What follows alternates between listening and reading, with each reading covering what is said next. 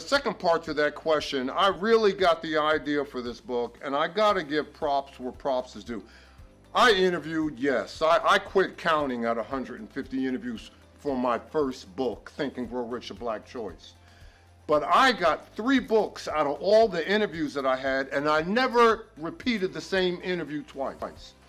One was Andy Young, Ambassador Young, and I met him and interviewed him several times. But when he told me, the first interview we had, he said, you know, me and Dr. King, we integrated the lunch counter, but we never integrated the dollar.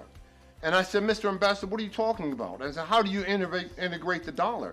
He said, somebody has got to give us the keys, the skill set, the mindset to, you know, to live and and make a being in a capitalistic economy. And Hutch, capitalism is not a dirty word.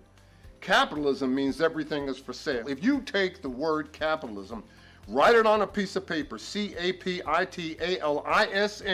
and take the Latin derivative of that word, kaput. Well, what does it mean in Latin? It means head. So my students say, well, Dr. Kimbro, what in the world are you talking about? I tell them that in terms of capitalism, what is the one thing you got to use in order to survive? You got to use your head.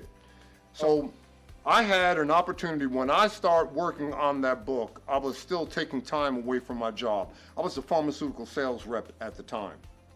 And here I am, I'm in a doctor's office. And the Lord spoke to me as he so often does, Hutch and Bill. I'm in a doctor's office and I'm waiting to go back to present, you know, what's in my bag.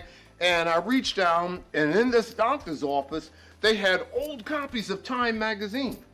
And I picked up an old copy of a Time magazine that had Martin Luther King on the cover. And I'm reading the article. And it said, when Dr. King led the Montgomery bus boycott in 1955, there were only 5 black millionaires in the United States. And gave the names, wrote the names in the article. How long did you think it took me to go ahead and write letters for interviews to meet the 5? Of the 5, 4 were still living. Number 1, T.M. Alexander. T.M. Alexander, when he graduated from Morehouse College in 1944, as a graduation gift, his uncle gave him a $100 bill. Did he blow the money? Did he splurge? Did he go on a spending debt? He did none of that. What did he do? He opened up his first insurance company. Number 2, right there in Birmingham, Alabama, A.G. Gaston. I spent the better part of a day with him, more than 4 hours in his office, and I asked him every question in the book. And by that time, I was going through so much financial strain and everything, and he said to me halfway through the interview, he said, young man, what is wrong? What's going on with you? And I shared where I was financially, and I said I wouldn't blame if my wife and kids left me, and this, I don't know if anybody's ever going to read this book. He lit up his pipe, and he said to me, young man, tell me when you're through. And I said, Dr. Gaston, you didn't hear what I said. He said, I heard every word you said, but let me give you some advice. He says, greatness takes time. Fear not. The acceptable person must be tested in the furnace of adversity. But young man, if you are comfortable where you are, then you need to step aside for someone who isn't. I went up to Chicago and I killed 2 birds with 1 stone in Chicago, S.P. Fuller and John Johnson of Ebony Magazine. I might be the last individual to interview John Johnson because I interviewed him on 3 separate times. And he gave me profound wisdom. He said, if you really want to find the mindset of an individual, all you got to do is look at his or her bank account. And that resonated with me and went back to what Du Bois said.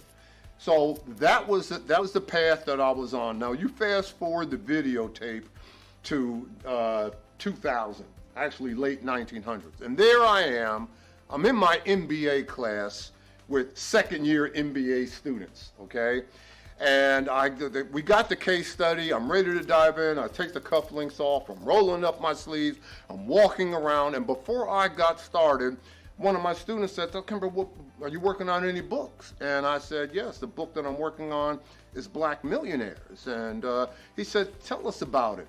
And I said, well, I developed a survey, I'm asking 180 questions, and I told him that when Tom Stanley wrote The Millionaire Next Door, when Tom Stanley wrote The Millionaire Next Door, he had a 247 question survey, And he was only 4 miles away from Clark, Atlanta, because he taught at Georgia State. But the Census Bureau not only knew how many white millionaires in the United States, they gave Stanley zip codes.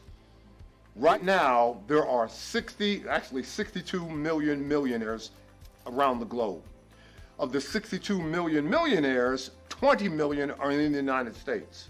Of the 20 million in the United States, 1.79 million are African American. And of that 1.79, through that 118 question survey that I used, I surveyed, interviewed, and held focus groups with slightly more than 1,000.